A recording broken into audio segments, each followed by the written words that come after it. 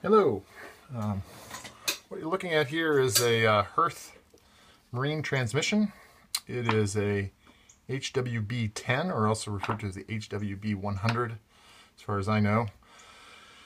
And this transmission comes out of my boat, which is a 1981 Morgan 382, which is, I guess you figure it's about 35 years of age, and just 2 days ago it failed to continue to operate in the forward direction and had to go reverse about 10 nautical miles because of no wind to get back to the mooring and marina. It took me about an hour to take this out. It's very easy to remove. It's not as heavy as you would think, probably 70-80 pounds roughly. I haven't weighed it. But what I wanted to show you here, as I've had it apart, is a little bit about its operation. So this is the input shaft on the engine side. There's a dampener plate that's attached to the flywheel of the Perkins. For my case, it's a 4108. My dampener plate needs to be replaced. I'm going to be ordering a new one. The springs were loose in there. They're definitely making some noise. The good thing is that outside of the forward clutch set, there's no other damage. There's bearings in good shape. Everything else looks good from my experience. So I'm just going to show you a little bit here. This is the clutch disc set, and I'm not sure if you're going to be able to see this, but when I move, this is the forward side. So when I move all the play out of the way here, I'm probably close to 1/4 of an inch there.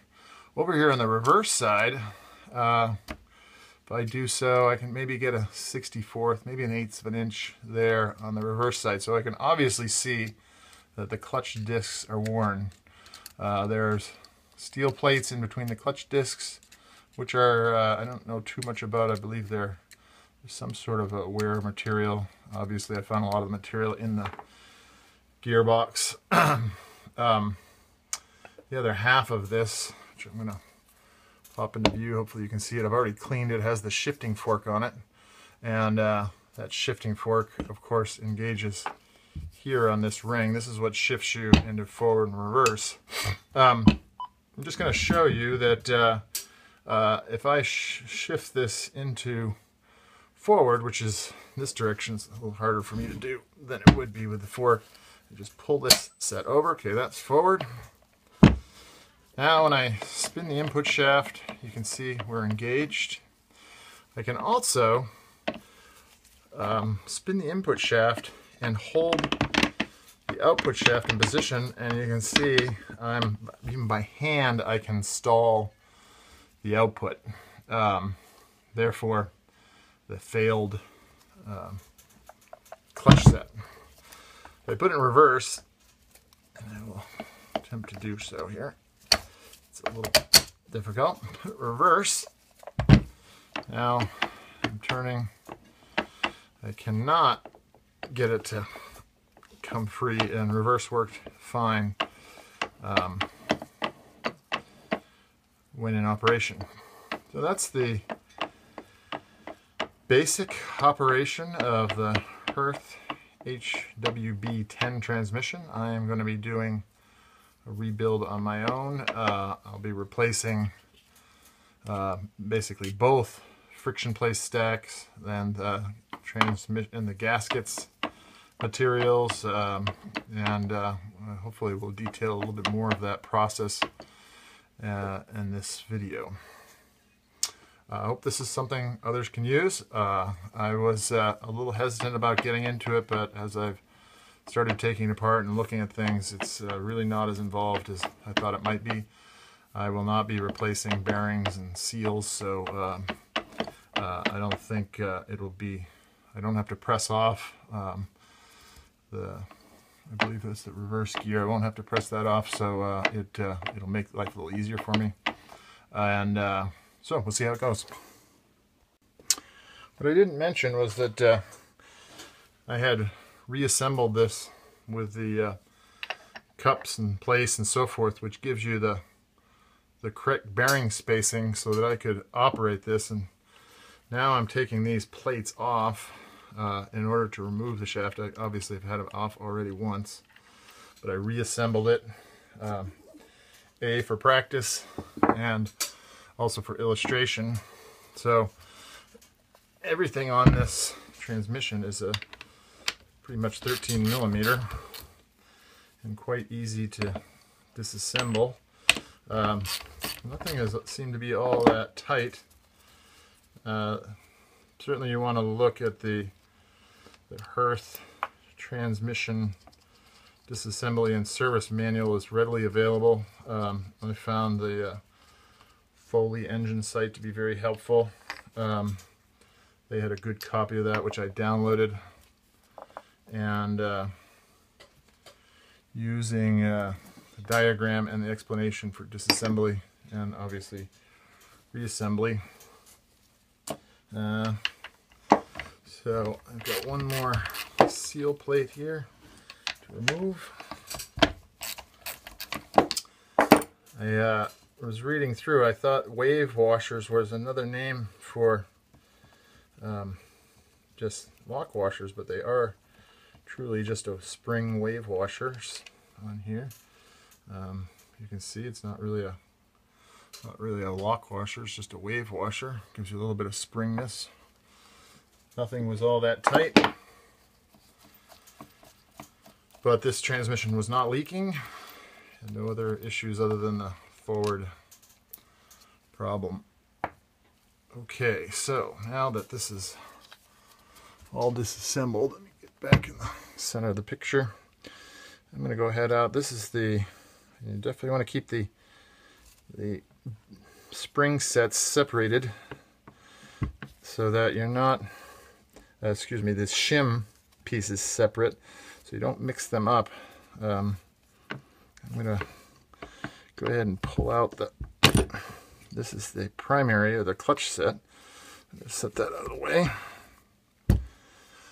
And this is the input shaft.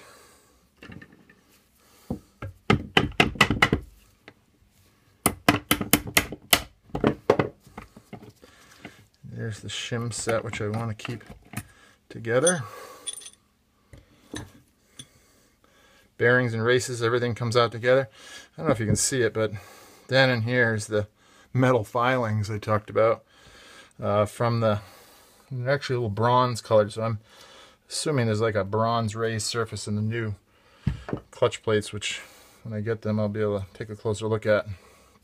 It's just an idle gear, I won't be disassembling that. Now I'm going to clean up this section and then move on to more about disassembling the output shaft and the clutch set. Okay, I finished cleaning up the gearbox half after I'd taken out the, I think I have it backwards here, after I'd taken out the gear sets. Being very cautious about this mating surface because there's really no gasket that goes on here. There's this, they suggest a Locktite product in the Hurth manual, and so you definitely don't want to be dropping or marring this. And when I took the two halves apart, all I had to do was give it a little tap on one. I didn't wedge anything in between these surfaces because that could damage those surfaces, and they're very intolerant to that damage. I've just used my mineral spirits type parts cleaner, a little bit of 220 sandpaper to clean everything up, a single edge razor blade, get the old gasket material all off, make sure that's clean on both sides. And incidentally, if you have one of these, if you have a Morgan and you're trying to find the information about the Hurth, it's actually on the back side of where you would normally inspect the transmission, so you have to actually reach behind, but this is where you find the number plate. This is also an area for an optional cooling device that you can attach here. I may very well decide to invest in that cooling device.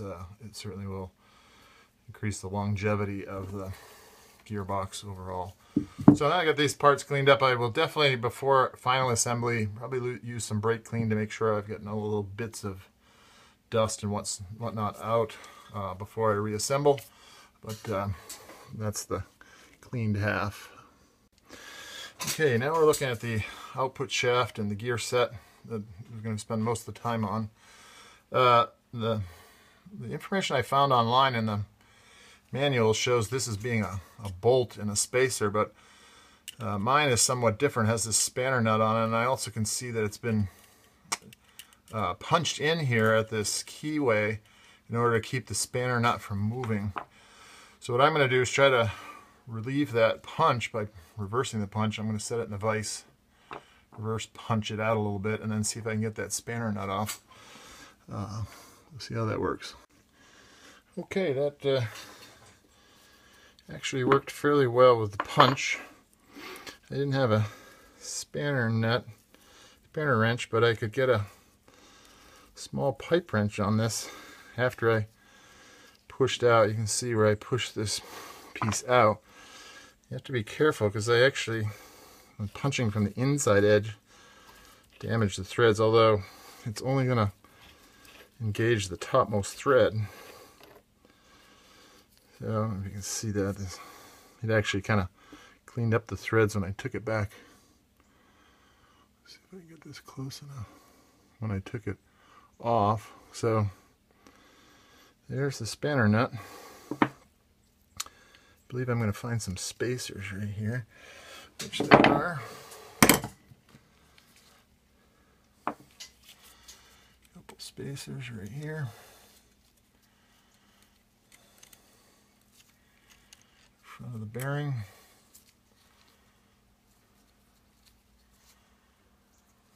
Give the bearing the correct preload.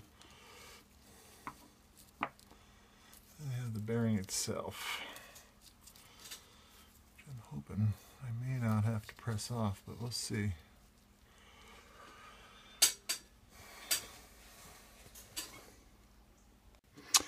Okay. So, all right, as we left off, we'd taken the spanner nut off the shaft. After the spanner nut came off, and there was a spacer for the inner race of the bearing. The bearing is actually pressed onto the shaft, so the manual is pretty clear about how this is done. Take it to a press. So I went in and into where I work, where I have a press, and pressed everything off. You support this gear underneath here, and then you press down on the shaft and everything comes out. Presses it all out in one smooth operation. So what I wanted to point out, okay, so we've got the spanner nut, then we have some spacers. That's for the bearing race and its end play. So there's the race, then the bearing, then there's a thrust washer here. And here's where I kind of ran into a bit of a surprise. I saw this thrust washer in the explanation and so forth, but the bronze side of the thrust washer, this whole side is supposed to be bronze, and it thrusts up against this gear. And that gear is the forward side gear. As you can see, it actually has worn a fairly extensive groove into the bronze, and this washer is probably a number, I haven't measured it yet, it's probably 20 or 30 thousandths of material gone. So this thrust washer will definitely have to be replaced. It thrusts against this gear. When the shim pack pressure is applied, and here's the clutch pack. When the pressure is applied against it, it's pushing here against the thrust washer, and that wear most likely gave us the freewheeling of the forward momentum. So take a closer look. Oops, this is the inner spacer, inner bearing, needle bearing inside this piece. A little closer look at the clutch plates, and obviously I'm going to replace these anyway, but I wouldn't be surprised. I was actually thinking that these would be worn smooth. I wouldn't be surprised if the new ones don't look a heck of a lot different. So the linkage piece holds the metal sections, but once the pressure is applied, this is what turns the gear. So there are 4 friction discs and 4 metal plates in this set. I've cleaned them all up at this point. Don't see any other wear and tear on the parts other than that thrust washer. And like I said, we'll wait to see what the new set looks like, but I would imagine it's going to be not that much difference. Then of course this plate locks down over onto the tabs. It's keyed to the shaft. I can't slide it on now because it's kind of a press fit. And then this is the reverse gear set, which, as we know from the preliminary, that I still had reverse gear, so it wasn't a problem. And these clutch discs don't look much different than the disc I've already, the disc in the forward side. And if I remove this reverse side gear, there's a needle bearing and spacer, a couple of shims on here as well, and then a opposing thrust washer, which also has a little bit of a lip in it here. So I may be looking at replacing that. So that's where we stand right now. I've cleaned up the seal surfaces. I probably will, even though the seals look really good, I'll probably replace them. Because but after 30 years, they're still pliable. They still seem to be in good shape, but I'm not sure if this will last another 30 years, but we certainly want to get the most life out of it as possible. So until assembly, I think we're done disassembly. I'm kind of glad I did the disassembly beforehand. I was going to order the parts and then disassemble, so I remembered everything went together. But now I can see that obviously these thrust washers need to be replaced, and we're going to do that. So that's it for now. Once we get our parts in, we'll continue with the reassembly.